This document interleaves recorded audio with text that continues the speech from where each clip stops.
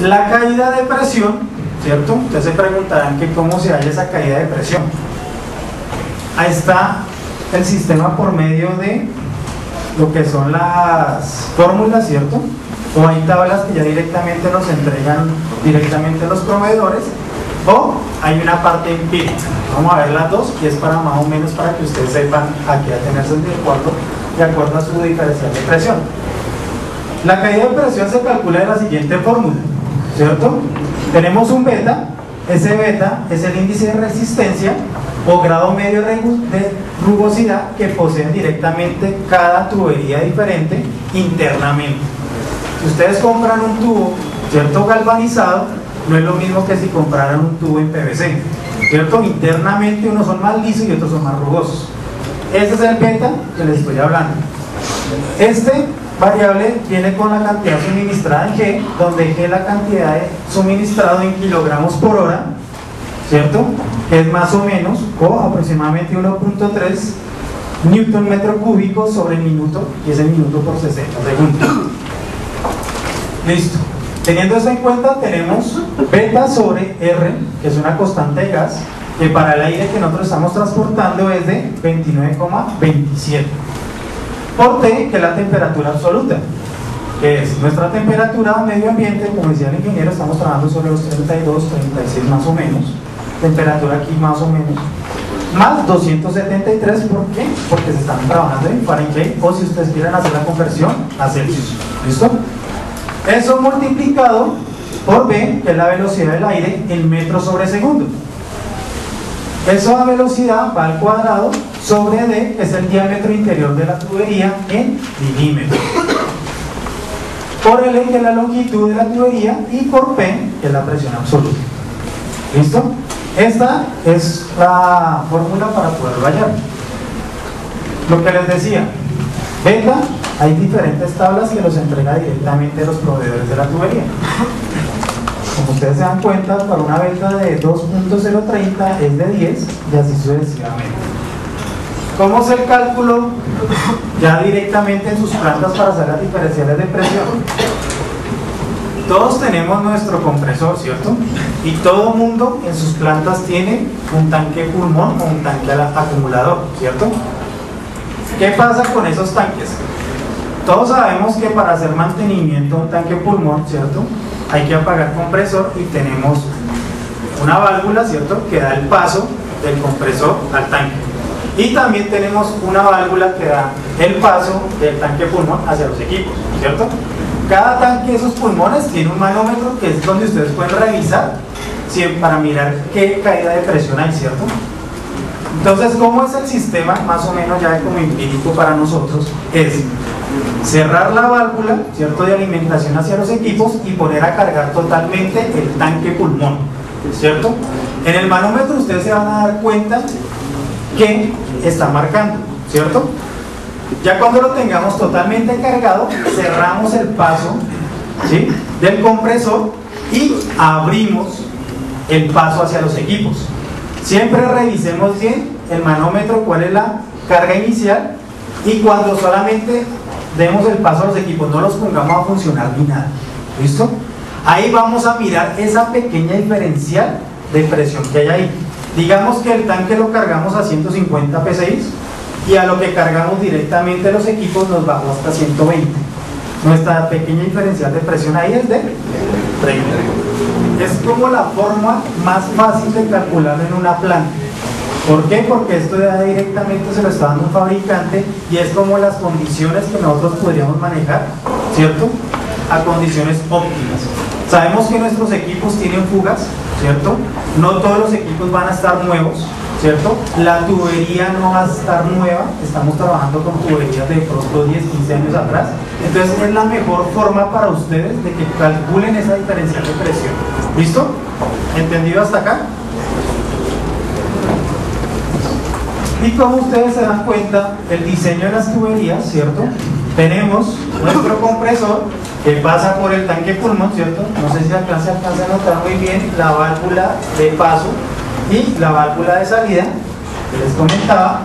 Lo pasamos por un filtro Y si en algunas ocasiones su planta necesita que solamente se maneja una presión estándar, pues tenemos un regulador. Cuando en una planta hay bastante condensación, ¿cierto?, se debe tener que el sistema no vaya totalmente horizontal, ¿cierto? Tiene que haber una pequeña diferencial. Estas son las consideraciones que debemos tener. Las tuberías requieren un mantenimiento y vigilancia regulares, ¿cierto?, por cuyo motivo no es instalarse dentro de obras ni emplazamientos demasiado estrechos. La mayoría de la gente, cuando va a instalar tubería, por ejemplo en este cuarto, trata de mandar la mayoría de la tubería pegado, ¿cierto?, a las paredes. Eso nunca se debe hacer. ¿Por qué? ¿Alguien sabe? Vibraciones, sí, podría ser. ¿Qué más? Podría aumentar la humedad. ¿Por qué? Por la diferencial que tenemos afuera de nuestros edificios, ¿cierto?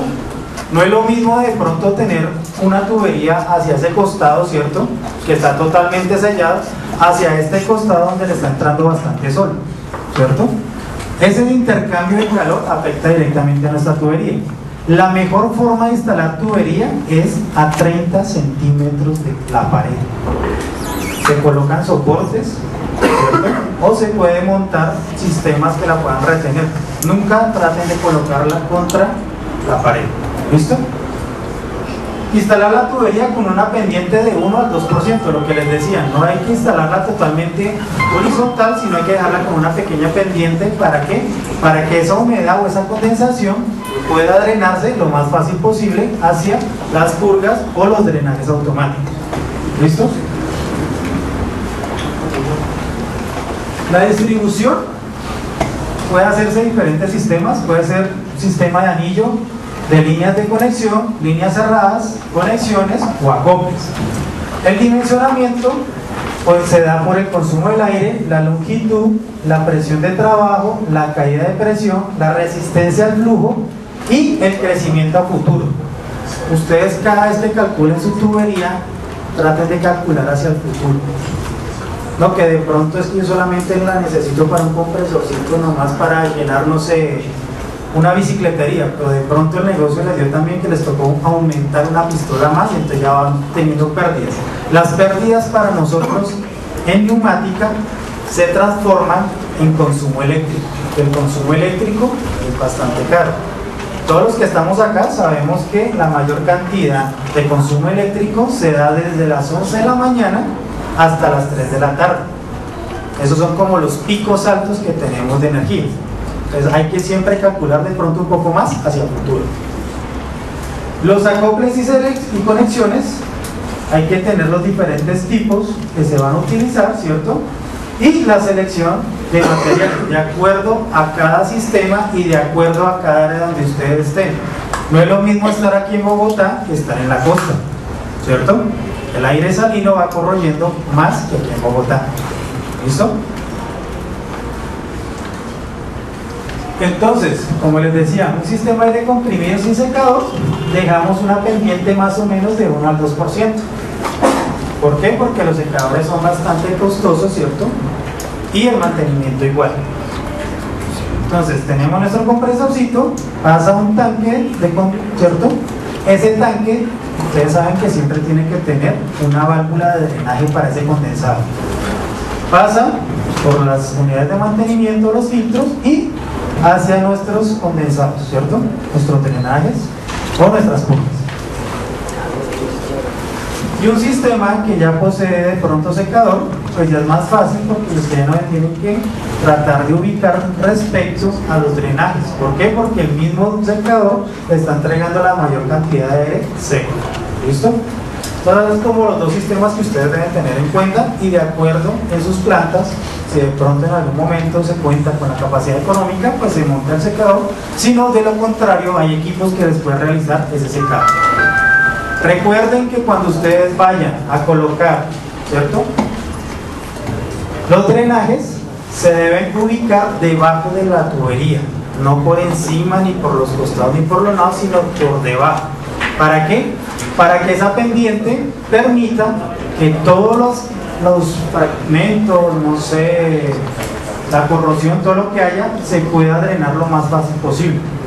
Y los elementos, ¿cierto?, que son las unidades de mantenimiento, los que va a entregar directamente a sus equipos, el aire se deben colocar por encima de la tubería. ¿Para qué? Para evitar que el condensado pase directamente a ellos. ¿Listo? Esto no garantiza que les vaya a entregar el aire totalmente libre de agua, sino es tratar de sacar la mayor cantidad de agua, y por eso utilizamos las unidades de mantenimiento para que ese mínimo que pase se quede directamente en ellos. Las redes abiertas, ¿cierto? Una red abierta es la tubería principal, ¿cierto?, y que le va entregando a los diferentes usuarios. ¿Qué pasa si de pronto nuestro compresor falla? Si ustedes se dan cuenta, aquí el usuario del centro es el que va a gastar la mayor cantidad de aire, y a los otros dos equipos que tiene a los lados va a perder presión, ¿cierto? Eso es una red abierta. En algunos casos se utiliza siempre y cuando el equipo del centro es el que consuma la mayor cantidad de aire. ¿Listo? La red cerrada es totalmente lo contrario, ¿cierto? Tenemos alimentación por ambos costados y se entrega la misma cantidad de aire a cada equipo. Nunca va a haber pérdida de presión ni nada, y se va a mantener constante. Y la red interconectada, como ustedes se dan cuenta, ¿cierto?, es la misma red cerrada, pero con bastantes equipos. ¿Listo? Y ya para terminar, la comparación del diámetro nominal de las tuberías. La mayoría que son técnicos, ingenieros, tecnólogos, cuando ustedes vayan a revisar, ¿cierto?, planos neumáticos, siempre les van a entregar la nomenclatura DN, diámetro nominal. Entonces, para las personas que no estén familiarizadas con este término, es la equivalencia en pulgadas. Entonces, cuando hablamos de DN6, es una tubería de 1/8, de DN8 de 1/4, y así sucesivamente. Entonces, para las personas que de pronto en algún momento quieran revisar sus equipos y aparezcan las diferentes DNs, ahí tienen las equivalencias.